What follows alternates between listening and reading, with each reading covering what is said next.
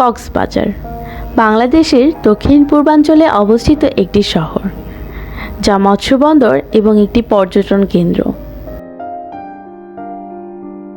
এটি চট্টগ্রাম বিভাগের কক্সবাজার জেলার সদর দপ্তর।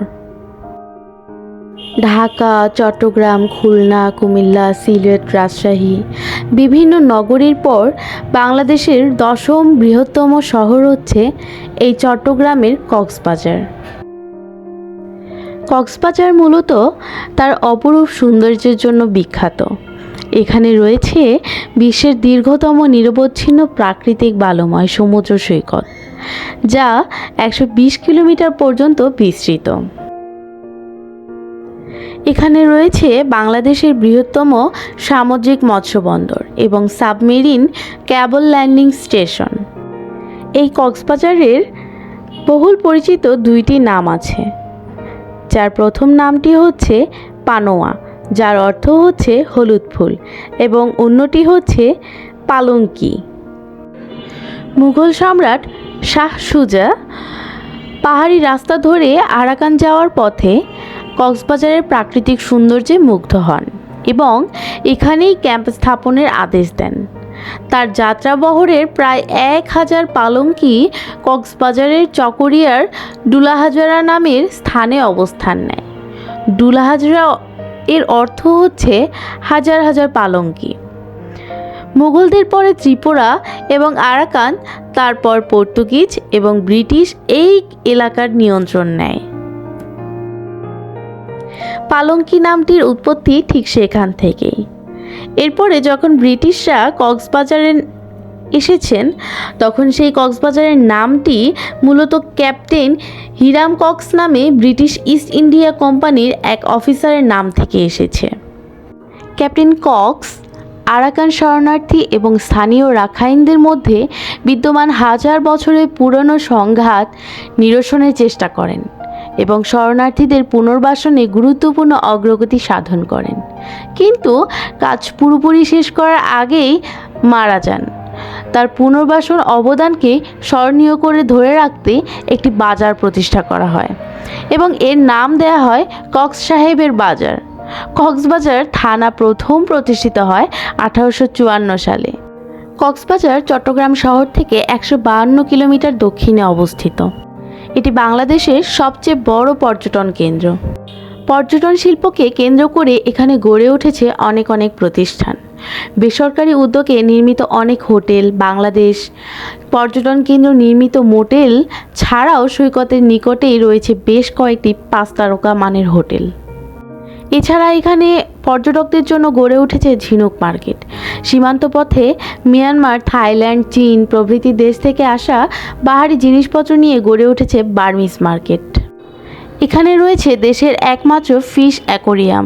আরও রয়েছে parasailing, water biking, beach biking, Cox carnival circus show, Darianagar eco park. Cox's Bazar উন্নয়ন কর্তৃপক্ষ নির্মিত অসংখ্য স্থাপত্য, ফিউচার পার্ক, শিশু পার্ক এবং অসংখ্য ফটোশ্যুট স্পট রয়েছে। কক্সবাজার সমুদ্র সৈকতে ভোরের সূর্য উদয়ের অপরূপ সৌন্দর্য ছড়িয়ে ছিটিয়ে যায় চারদিক। ঠিক তেমনি সমুদ্র সৈকতকে লাইটিংয়ের মাধ্যমে আলোকিত করার ফলে এখানে রাতের বেলায় সমুদ্র উপভোগের সুযোগও রয়েছে। কক্সবাজারে অবস্থিত একটি পরিচিত নাম হচ্ছে মেরিন ড্রাইভ, অর্থাৎ একদিকে সমুদ্র আরেকদিকে আছে পাহাড়। লাবণী বীচ থেকে শুরু করে ইনানি যাওয়ার পথে অনেক রকমের সৌন্দর্য উপভোগ করতে পারবেন, যেমন রয়েছে সুপারির বাগান, জেলেদের মাছ ধরার দৃশ্য, রয়েছে পাহাড়ে মাটির তৈরি ঘর। এছাড়াও রয়েছে হিমছড়ি এবং কলাতলির সমুদ্র সৈকত। কক্সবাজার জেলার পর্যটন সেক্টরে ইমার্জিং টাইগার হচ্ছে ইনানি। বাংলাদেশের কক্সবাজার শহর থেকে প্রায় 27 কিলোমিটার দক্ষিণে ও হিমছড়ি থেকে 15 কিলোমিটার দূরে অবস্থিত এই ইনানি প্রবাল গঠিত সমুদ্র সৈকত। একইভাবে কলাতলি ও হিমছড়ি সমুদ্র সৈকতও বাংলাদেশের কক্সবাজার জেলায় অবস্থিত একটি অন্যতম পর্যটন স্থল। হিমছড়ির এক পাশে রয়েছে সুবিস্তৃত সমুদ্র সৈকত আর অন্য পাশে রয়েছে সবুজ পাহাড়ের সারি। হিমছড়িতে একটি জলপ্রপাতও আছে, যা এখানকার প্রধান পর্যটন আকর্ষণ। যদিও বর্ষার সময় ছাড়া অন্যান্য অনেক সময়ই ঝর্ণায় পানি থাকে না। মেরিন ড্রাইভ দিয়ে ঢুকতেই সর্বপ্রথম কলাতলি বিচের অবস্থান, কক্সবাজার থেকে মাত্র 3 কিলোমিটার দূরে। কক্সবাজারের ডলফিন মোড় থেকে হেঁটে এই বিচে যাওয়া যায়। এই কলাতলি লাবণী পয়েন্ট থেকে পার হয়ে সুগন্ধার পরেই অবস্থিত। কলাতলি মূলত সাঁতার কাটা, ওয়াটার স্পোর্টস এবং সূর্যোদয় সূর্যাস্ত উপভোগ করার জন্য অত্যন্ত জনপ্রিয়।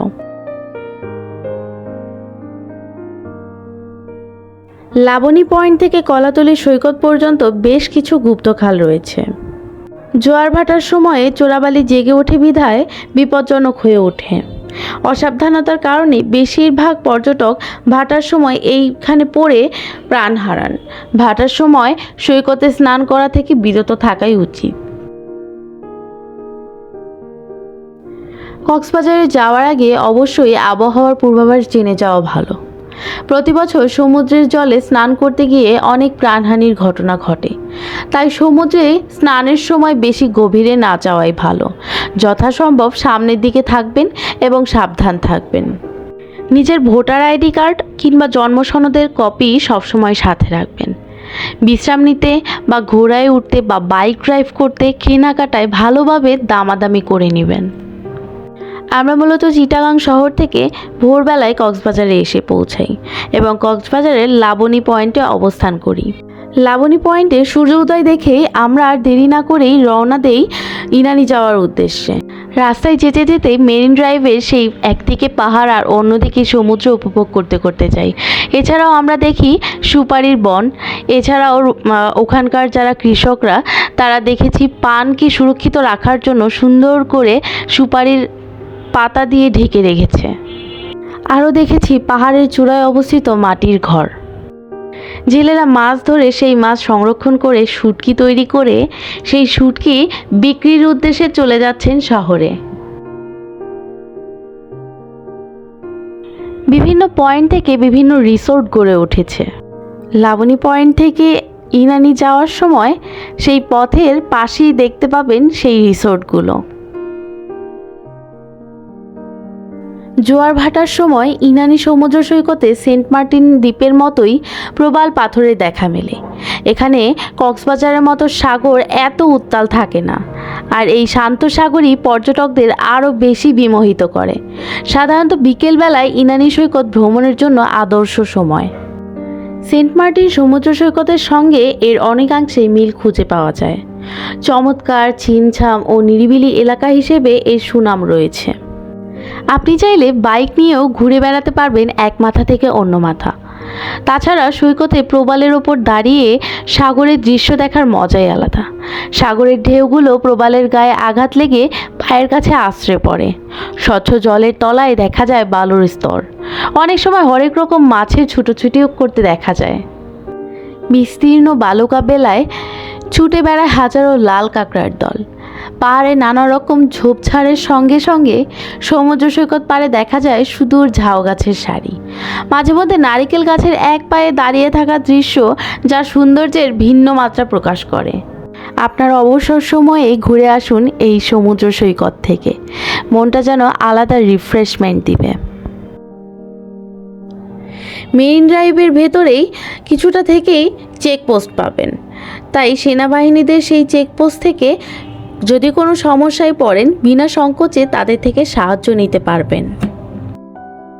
সিজন অনুযায়ী এখানকার হোটেল এবং গাড়ি ভাড়া চেঞ্জ হয়, তাই গাড়ি ভাড়া বা এই হোটেল ভাড়া নেওয়ার সময় অবশ্যই দামাদামি করে নেবেন।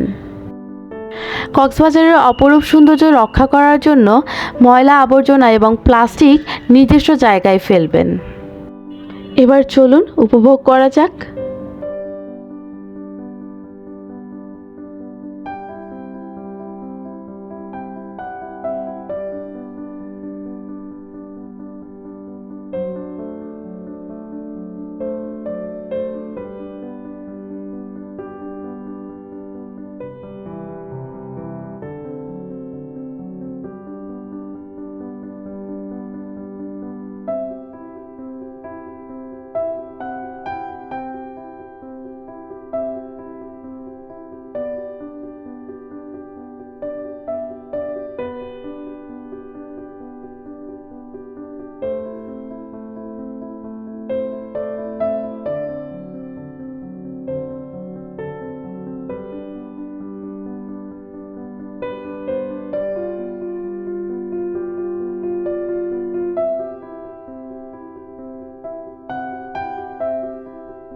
ভিডিওটি কেমন লাগলো অবশ্যই কমেন্টে জানাবেন।